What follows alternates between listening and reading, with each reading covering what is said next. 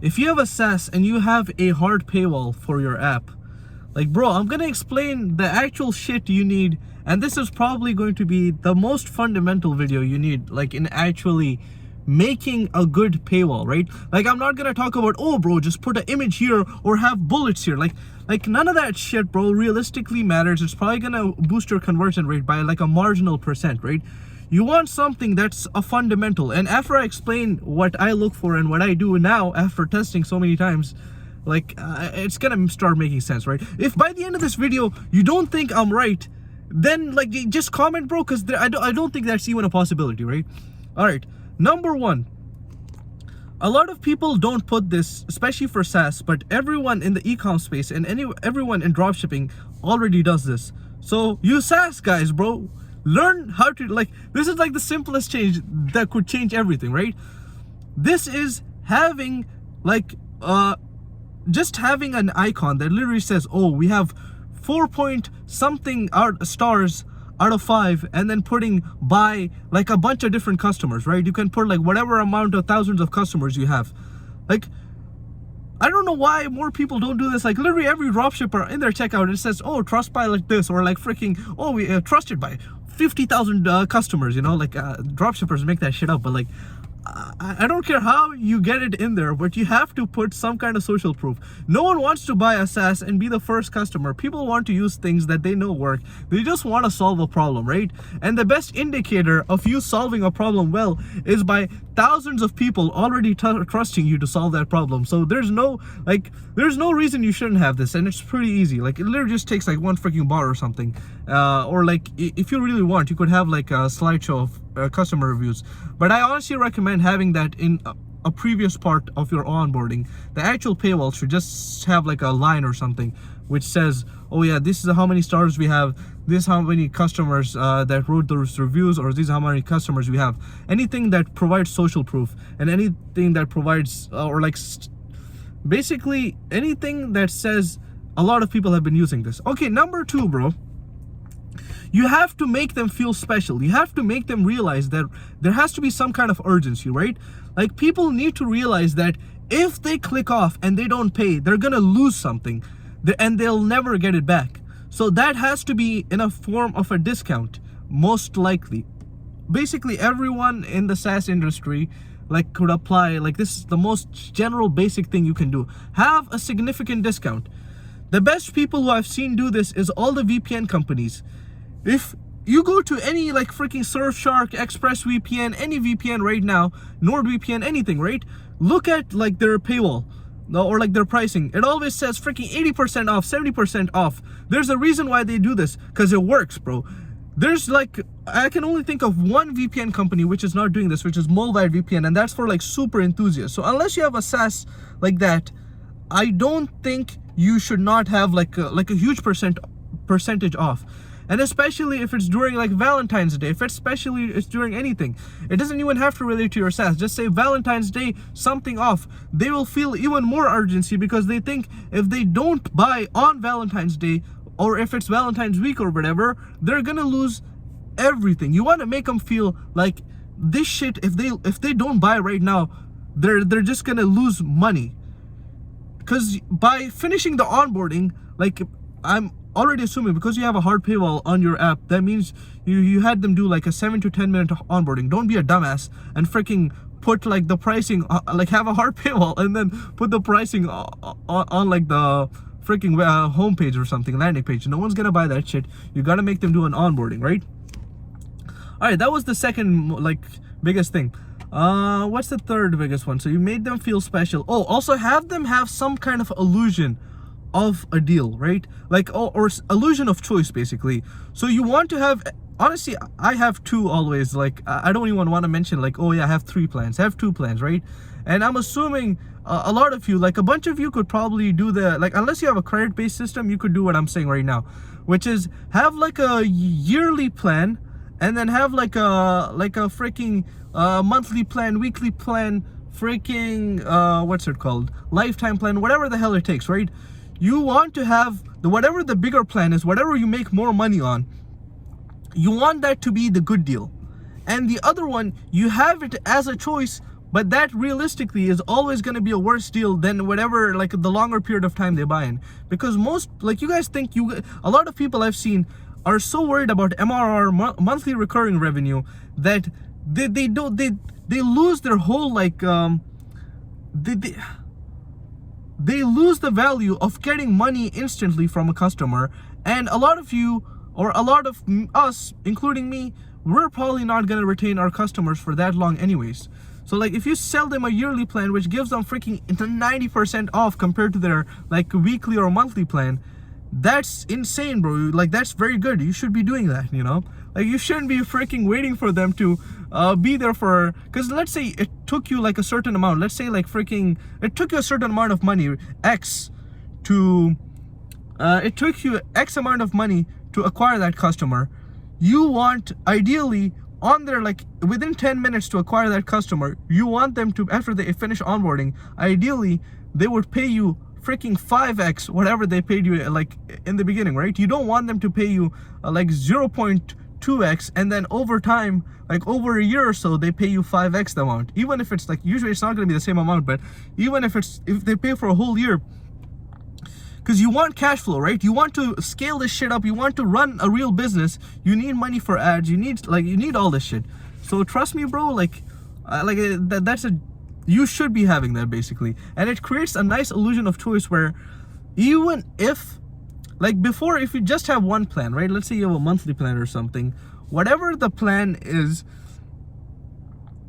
you're making them feel like they're actually getting a good deal now. If you only have like one kind of system where it's like fully credit based or something like that, there has to be a clear winner where they feel like they've already, it should take them like 3 seconds maybe to realize, okay, this shit is clearly like a really good deal I'm getting. It's the same shit VPN companies use, bro. Like they sell you 24, like whenever I'm buying a VPN, I actually buy like the 2-year plans. You know why? Because they've convinced me every time that it's going to be a lot cheaper, because it is the way they do their business. And you should be doing the same. This is why I stay with the same VPN company for freaking 2 years or so. Like, and then they even add on like, oh, 3 months free if you buy right now, right? So you should be doing all this stuff. Lastly, let me think. I'm trying to imagine. Oh, okay, that's already 3 things. But let me give you a 4th one, right? You should really make the whoever's buying to feel like you understand them, to feel like you know something about them that they might have not even realized. You just want to, like, the headline of the thing should not be to like, oh, invest in yourself.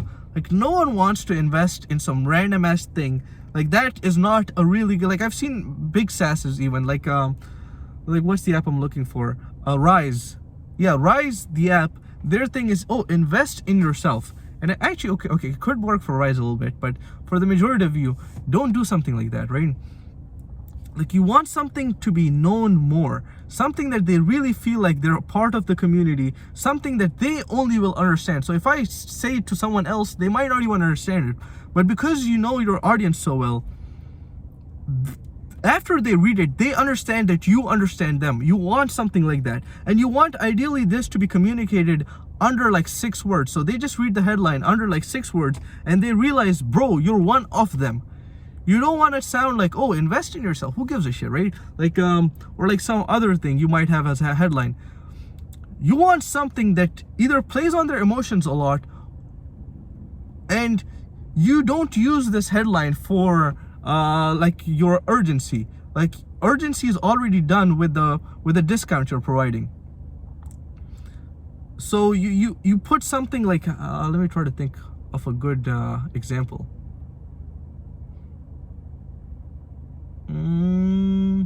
Honestly, bro, like I do not know.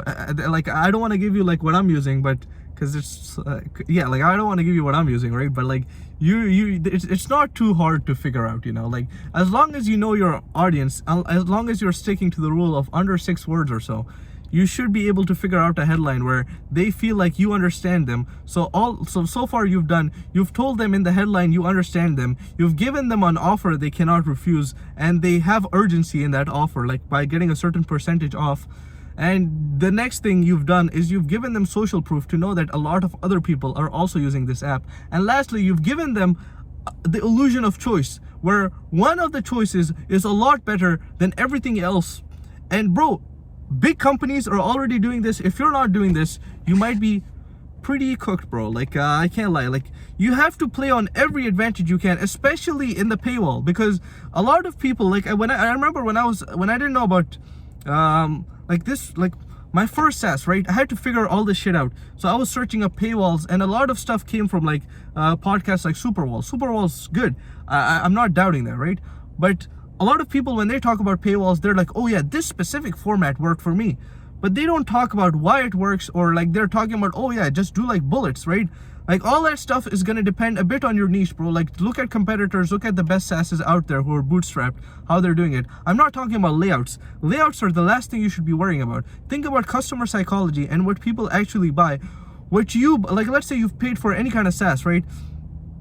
And why don't you pay for SaaS? Like for example, I know I would hugely benefit if I bought Claude Code right now. Why am I not buying it? Because honestly, they have made it so I have no urgency when trying to buy with them. If they told me I would get Claude Bot for freaking $1, like just like Shopify does, right? If they told me I could get it for $1 for 3 months, like for 3 consecutive months, I would have probably kept that subscription, because there's many times where I've forgotten about my Shopify subscriptions when I was dropshipping.